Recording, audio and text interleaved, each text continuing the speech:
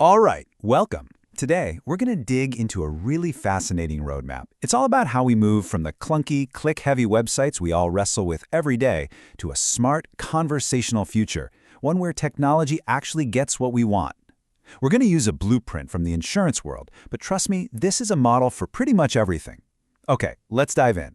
So let's just start with a question that I know every single one of us has screamed at our screens at some point. Why are these websites so incredibly frustrating to use? You know exactly what I'm talking about, right? You just need one tiny piece of information and suddenly you're lost in this digital maze of menus and confusing jargon. And look, it's not just you. It's this whole laundry list of digital headaches. You're fighting with endless menus, you can't find your own policy details because they're buried in some PDF somewhere, the forms are a nightmare to fill out, and you're always greeted by the same generic, impersonal dashboard. It's like the whole experience was designed to be difficult, and that is the problem we're here to solve. So here's our game plan for today. We just talked about the current headache. Next up, we'll unpack the new AI blueprint that's designed to fix it. Then, we're going to walk step by step through a 3-year plan to make it all happen. And finally, we'll see what this huge transformation from clicks to actual conversation really looks like. So what's the big idea here? Well, the solution is not just about, slapping a new coat of paint on a website. No, it's a whole new philosophy for how we interact with technology. It's something called the agentic ecosystem. So what on earth is an agentic ecosystem? Think about it this way. A normal website is like a giant library where you have to wander the aisles, find the right section, and pull the right book off the shelf. An agentic ecosystem, on the other hand, gives you a personal librarian. This AI agent understands what you're trying to do, figures out what you'll need, and brings the exact right information and tools directly to you, instantly. I mean, the difference here is just night and day.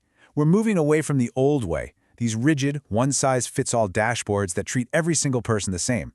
The new way is a dynamic, personal experience that literally builds and rebuilds itself around whatever you need in that exact moment. But you can't just jump to the cool, flashy stuff, right? You gotta lay the groundwork first. Before any of the magic can happen, there are 2 absolutely crucial steps.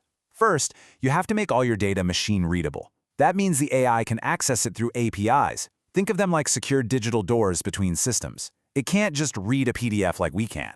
And second, you have to build a trust architecture.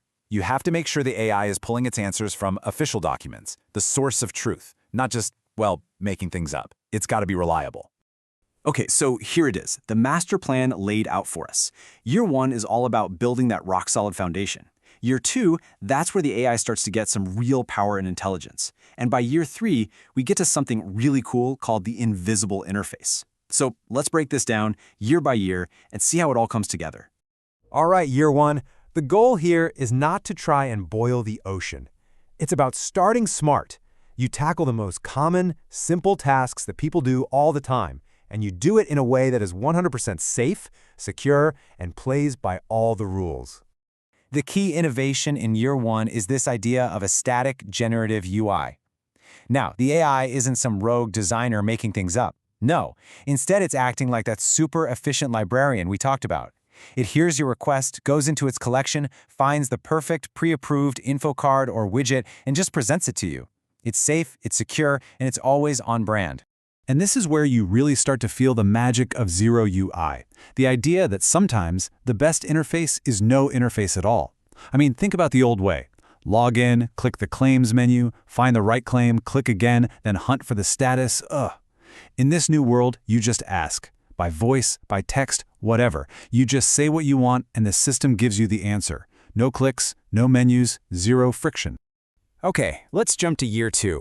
Now that we have that solid foundation, the AI gets a serious promotion. It's no longer just fetching pre-made stuff. Now it's actually starting to assemble things on its own. It's starting to build. So we level up to what's called declarative generative UI. This is where the AI graduates from being a librarian to being more like a personal interface designer. It can grab multiple different building blocks, say a cost breakdown, a coverage summary, a list of next steps, and snap them all together on the fly to create a brand new view that's custom built just for you. So what does this mean for a really tricky question, like this one?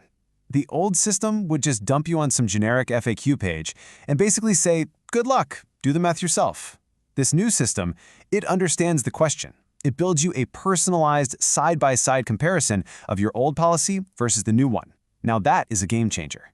And if you thought that was cool, it gets even smarter. We introduce semantic memory. This means the system doesn't just store a dumb transcript of the words you used. No, it understands the intent, the why behind your questions. It knows you're not just asking about flood maps. It knows you're actually worried about flood risk for your home, and it can use that insight to proactively help you down the road. All right, buckle up for year 3, because this is where things start to feel like they're straight out of science fiction. The whole idea of a static interface, of a page that you visit, it just starts to melt away. The whole experience becomes fluid, conversational, and a lot of the time, completely invisible. This brings us to the final evolution, malleable Gen UI. Malleable just means you can change it, you can shape it. And that's the key here. You are in the driver's seat. You're not just looking at an interface the AI made for you, you can literally talk to the interface and tell it how to change itself using your own words. Let's make this real. Okay, picture this. You're a risk manager, and the system pops up this chart for you showing incidents over time. It's fine. It's useful. But you want to dig deeper. You want to slice the data in a new way. Now, normally, what would you do? You'd be hunting around for some tiny filter button, or maybe an export to Excel link. Not anymore. In this world, you just say what you want. You literally talk to the chart. And bam! Just like that, the interface reconfigures itself based on your command. This is exactly what a truly malleable experience looks like. The interface isn't a static thing anymore. It's a dynamic partner in your thought process. It adapts to you, not the other way around. So this is absolutely crucial. If the entire experience is changing, then how we measure success has to change too. We have to stop counting things like clicks and page views. That's ancient history. There's really only one metric that matters now, the agentic resolution rate. Simply put, what percentage of the time did the AI solve the user's problem completely, start to finish, with no human help needed? Okay, let's zoom out one last time and just look at this entire transformation. When you put all 3 years of this roadmap together, the shift we're talking about is just massive. This table really nails it, doesn't it? We're moving from a world of clicks to a world of conversation. We're going from static, one-size-fits-all dashboards to what they're calling liquid design, that's generated just for you. We go from a reactive service where you have to ask for help to a proactive one where the system anticipates what you need. This isn't just an upgrade, it's a complete paradigm shift. And that leaves us with one final, very big question. Sure, we used an insurance company as our example, but these principles are universal. So think about it. Once you get used to this kind of effortless, intelligent interaction with even one service, how long will it be before you demand it from every single app on your phone? This isn't just about the future of insurance. This is about the future of the interface itself.